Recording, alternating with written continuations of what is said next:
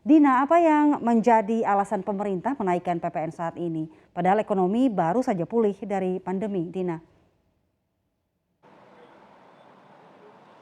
Selamat malam Dian dan juga pemirsa. Ada beberapa alasan yang menjadi dasar bagi pemerintah untuk tetap menjalankan program kenaikan harga pajak pertumbuhan nilai atau PPN dari 10% menjadi 11% mulai tanggal 1 April 2022 mendatang. Kalau berdasarkan dari penjelasan pemerintah dalam hal ini Menteri Keuangan Sri Mulyani yang hadir pada acara CNBC Economic Outlook pada tadi siang, Menteri Sri Mulyani menyampaikan bahwa salah satu alasannya adalah karena nantinya pendapatan dari kenaikan PPN ini akan dimanfaatkan untuk menambah jumlah bantuan sosial bagi masyarakat yang terkena dampak pandemi. Kemudian selain itu ada beberapa alasan lainnya, salah satunya adalah pendapatan dari PPN ini juga akan dimanfaatkan untuk pembangunan infrastruktur yang tentu saja akan berfungsi sebagai pertumbuhan ekonomi keberlanjutan nasional, kemudian juga akan dimanfaatkan untuk sejumlah elemen subsidi. Jadi yang dijelaskan oleh Sri Mulyani adalah kenaikan PPN yang dikenakan bagi masyarakat ini juga akan dirasakan kembali oleh masyarakat. Dan Sri Mulyani menilai seperti yang sudah dijelaskan oleh Dian sebelumnya, pemerintah ini melihat bahwa kenaikan harga PPN ini masih memiliki ruang. Terutama alasannya adalah karena rata-rata PPN level global atau dunia ini berada di angka 15%. Sedangkan seperti yang kita ketahui, PPN di Indonesia ini masih berada di angka 10% pada saat ini. Jadi ada di bawah angka rata-rata PPN global. Pun kalau memang dinaikkan oleh pemerintah menjadi 11%, ini masih berada di bawah rata-rata PPN global.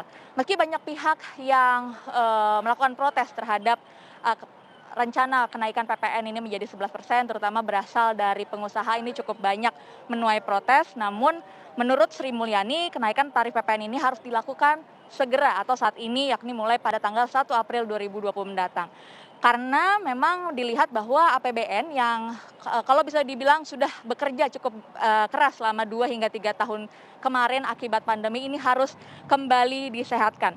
Namun kalau bicara soal perekonomian, jika kita melihat laporan survei konsumen dari Bank Indonesia, rata-rata porsi pendapatan konsumen untuk konsumsi pada Januari 2022 ini turun menjadi 74,1% kalau dibandingkan dengan bulan sebelumnya, yakni pada Desember 2021, yakni tercatat sebesar 76,6%. Banyak pihak, terutama dari level pengusaha, dari retail dan industri lainnya ini mengkhawatirkan bahwa kenaikan harga PPN ini akan menjadi sentimen negatif bagi daya beli masyarakat. Namun perlu diketahui, memang ada beberapa industri atau ada beberapa area yang akan diberikan fasilitas bebas dari pajak, mulai dari kebutuhan pokok atau sembako, kemudian jasa kesehatan, jasa pendidikan, jasa pelayanan sosial, dan beberapa jenis jasa lainnya ini akan diberikan fasilitas pembebasan PPN. Selain itu, program pembebasan PPN di beberapa area ini bertujuan untuk agar masyarakat yang berpenghasilan menengah dan kecil ini tidak perlu membayar PPN atas konsumsi kebutuhan pokok, dan beberapa area lainnya yang memang dibebaskan dari PPN, dan pengecualian PPN ini juga mencerminkan keadilan dan agar kenaikan PPN ini tetap tepat sasaran serta tetap menjaga kepentingan masyarakat di dunia usaha. Dian. Lalu dengan banyaknya penolakan dari pengusaha, apakah kenaikan PPN 11% ini akan tetap dilanjutkan menurut pengamatan Anda atau akan ditunda? Ya, Dia dan juga pemirsa, kalau berdasarkan penjelasan dari Menteri Keuangan Sri Mulyani tadi siang bahwa program kenaikan PPN ini dari 10% menjadi 11% ini akan tetap dijalankan meskipun cukup banyak menuai kontroversi atau menuai protes dari berbagai elemen masyarakat. Dan seperti yang tadi saya sudah jelaskan, ada beberapa hal yang menjadi alasan bagi pemerintah untuk tetap menjalankan program ini. Salah satunya adalah keuntungan atau pendapatan dari kenaikan harga PPN ini akan digunakan kembali untuk seperti elemen subsidi, kemudian untuk pembangunan infrastruktur untuk ekonomi keberlanjutan, dan juga untuk bansos yang akan diterima kembali oleh masyarakat. Berikut keterangan lengkap dari Menteri Keuangan Sri Mulyani.